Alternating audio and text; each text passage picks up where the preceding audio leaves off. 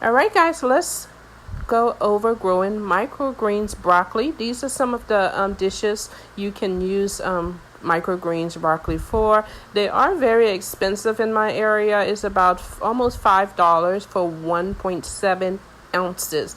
So let's just say I grow my own. So I usually start with just regular garden soil, about a half an inch. And these are the seeds. I get this big bag for about $15. So yes, so I start with about a half an inch of soil in the pan. And then what I do is that I will go ahead and lightly spritz it with some water. You don't want to soak it. The pan I have is from the Dollar Tree. I believe it's called oil changing pan. I bought 2 of them and poked very little holes in the bottom. So here I am just spritzing it down. You don't want to get this super soaked, but you just want the soil to be very moist and but not soaking, dripping wet. And then I kind of compress it down a little bit.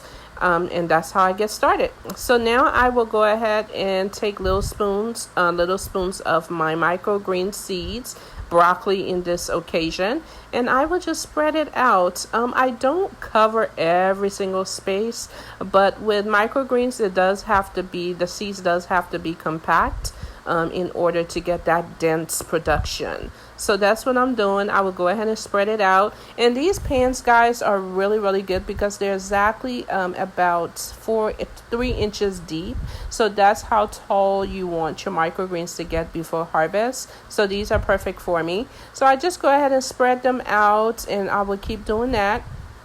And then just side note, these go anywhere from 7 to 10 days to go ahead and harvest. So you can do a rotation of these and have several go in and continuously have microgreens. So after you're done spreading it out, you go ahead and do a little spritz again to go ahead and just dampen the top of that. And once it is all good, like I said, don't soak this. Just go ahead and do a little bit of spritz because we have such a little bit of soil in there. And then you will go ahead and I'm using the same container. So if you are going to Dollar Tree, buy a couple of these. And then you're putting the same container right on top of it, guys. These have to be in darkness in order to root. So once you go ahead and put your pan, then you want to go ahead and add something to weigh it down a little bit. In my case, I'm just adding the glass bottle that I used to spray it with.